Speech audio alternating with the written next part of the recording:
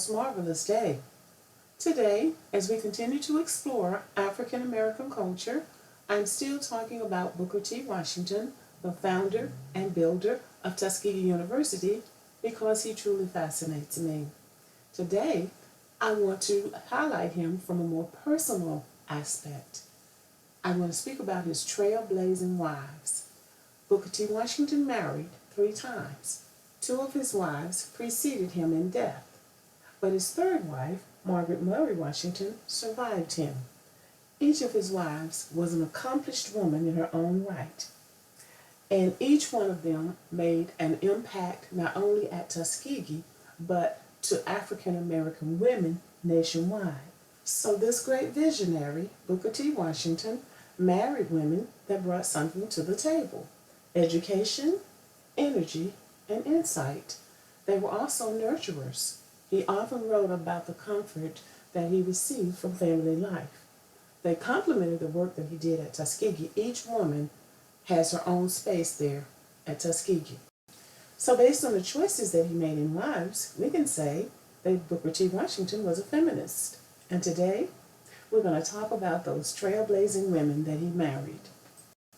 His first wife was Fannie Norton Smith. She was from his hometown of Malden, West Virginia. They were childhood friends, although he was 2 years older than she. He left Malden at 16 to go to Hampton. Upon graduation, he came back and established a day school for boys. Fannie was the only girl at the school. She was a very good student, and when she graduated, he encouraged her to go to Hampton. He, in the meantime, was called to Tuskegee to begin his work there. After a year at Hampton, Fannie had to leave because of financial reasons. She returned home, got a job teaching in a nearby town, settled her debt with Hampton, and returned. She graduated in 1882. In that summer, she and Booker T. Washington got married in a small church in Malden. Her mother did not want her to marry Booker T. Washington because he didn't have any money. Fannie was very pretty, so her mother possibly thought that she should hold out for a better prospect. But she chose to marry him, and she came to Tuskegee with him, and he says that she was one with him in everything that he was doing at Tuskegee. He speaks very highly of her, as if a man in love. So they rented a large house, and Fannie set about making her mark. She expanded the curriculum for girls, and she established the home economics curriculum. Now, her husband not only allowed her to do this, but he encouraged her to do it. And this was a time when women, particularly black women, were not making decisions in the workplace.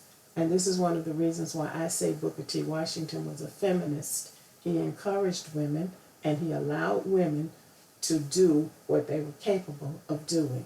Booker T. and Fannie Washington had one daughter, Portia Washington. Fannie Washington did not live a long life. She died an untimely death in 1884. She was involved in an accident. She fell from a wagon and did not recover from the injuries that she sustained. Booker T. Washington was heartbroken.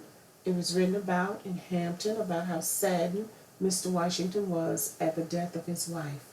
But Fannie Washington, for the time that she lived, made a mark at Tuskegee. She believed in educating girls and making them an important part of college life, realizing that in educating girls, you're educating a community. It is sad that she did not live long enough to see Tuskegee blossom and to see the beginning of what it was going to become. But we can say that these 139 years later, thank you, Mrs. Fannie Smith Washington. Booker T. Washington's second wife was Olivia Davidson. Olivia Davidson was born free in 1854 in West Virginia, which means that she was 2 years older than Booker T. Washington. She was also afforded some of the educational opportunities that Booker T. Washington and Fannie had not been afforded because she was born free. Olivia Davidson also looked white, although both parents were black. This also afforded her opportunities that regular black people would not have had. She was admired by black people because she didn't pass for white at a time when it would have made life easier for her, but she chose to stay in the black race and to advocate for education, for social opportunities, and benefits for black people. Olivia went to Hampton, graduating in 1881 as an honor student. She gave the honor students address at her graduation service, and Booker T. Washington gave the graduate students address.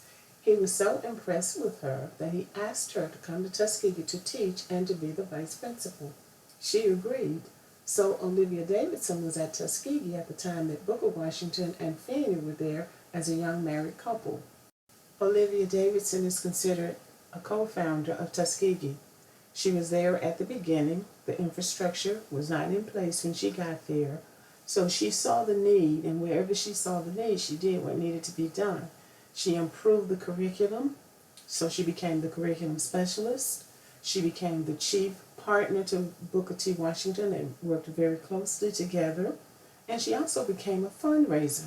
Money had to be raised for building activity, for helping students who really could not afford to come to the school, to pay teachers. So she became the conduit for getting those things done. In 1886, Olivia Davidson gave a speech at the Alabama State Teachers Association, which was an association for black teachers, in which she asked the question, how shall we make the women of our race stronger? She believed that the hope of the black race was educating girls. Girls would educate the children. Men had to work. So it was incumbent upon the women to do the hard work of educating and uplifting the race. So she advocated for the education and the development of black girls. For all of her strength of character and strong work ethic, Olivia Davidson was never in good health. She had worked in areas where people had contracted smallpox, diphtheria, and other infectious diseases. So she had been exposed to those things. Nevertheless, 2 years after Fannie died, in 1886, Booker T. Washington and Olivia Davidson were married. Olivia became stepmother to Booker T. Washington's daughter, Portia, and by all accounts, the child fell in love with her stepmother. She continued to experience poor health, but she did give birth to a son in 1887. They named him Booker T. Washington, Jr. She continued to do her work at Tuskegee, teaching, building the curriculum, and fundraising, but she also continued to experience poor health. She did give birth to another son in February of 1889, Ernest Davidson Washington, but a few days after he was born, their house caught fire, and she had to be rushed out of the house in the middle of the night in a cold chill. She was rushed to the hospital. Her condition worsened. She was transported to Massachusetts, but in May of 1889, Olivia Davidson Washington died.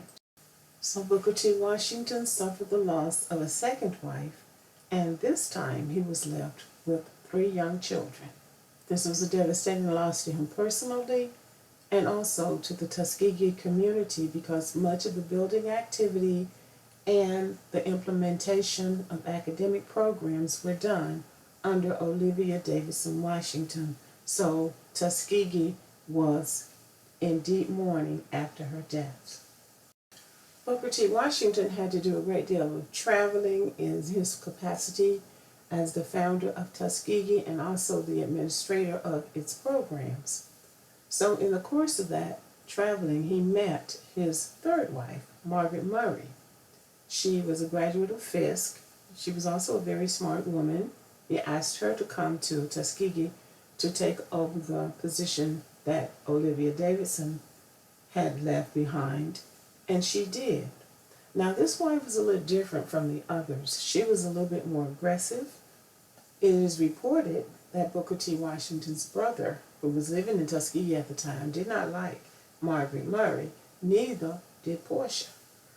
And apparently, Margaret Murray didn't like Portia either. But this woman was, in reading, I would just say that she was probably a status seeker. She was socially climbing. And he was the biggest catch in town. So she sort of went after him, and she made her feelings for him known. And at a point, she said, well, we don't get married. We just need to stop seeing each other. She played that card. She gave him an ultimatum, and he married her. Apparently, there was some kind of affection because he took her on places with him when he toured Europe. He went on a European tour, and he took her with him, and he took her with him when he spoke in northern cities. She was beautiful, as were his other wives. She was biracial, and she was, had very high opinion of herself. She was also an activist. Now, she did something that the others also didn't do, in that Margaret Murray went after the system. She talked about things that we're talking about now. But she did rub black people the wrong way. She called a spade a spade. She'd be out in public giving speeches about women having good hygiene, about not having babies without being married. She also spoke to the systemic issues of infant mortality rates. She spoke about poverty, about low wages, about police brutality, and black men being put in jail for little or nothing. She spoke of all of the issues that we have always had in our race. But she was also a serious club woman.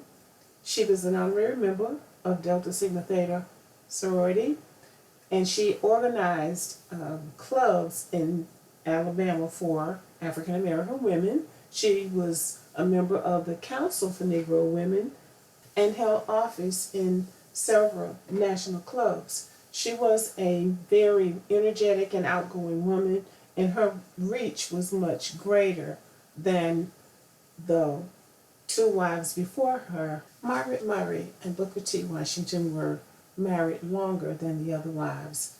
They were married for 22 years before he died in 1915.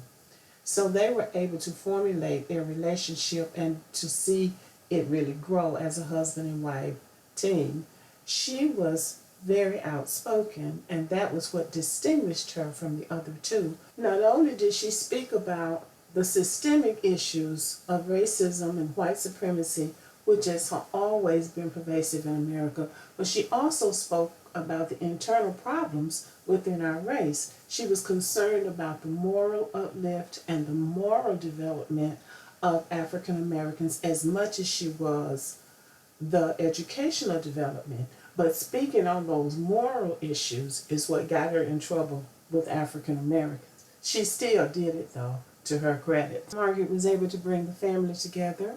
Eventually, she and Portia were able to work out their problems, and there is no record that she was not able to get along with the sons. She was really the only mother that those boys knew, because Booker Jr. was very young when his mom died, and Ernest was only a few days old. So she was their mother. So I would say that Booker T. Washington chose wisely in selecting his wives. Each of his wives brought something to the table, something that could enhance what he was doing in Tuskegee and what he was doing on the national stage to enhance the quality of life for African American people. There's always a debate about him, about what he didn't do, what he thought. He was too conservative, he was an Uncle Tom. I say that he rose to the occasion for the time that he lived, and I will always say that he left a wonderful legacy behind. Those women were part of that legacy. They were partners, they were mothers, they were nurturers of his life. And all three are buried with him at the cemetery at Tuskegee University. So I take off my hat to Booker T. Washington and congratulate him for marrying those trailblazing women.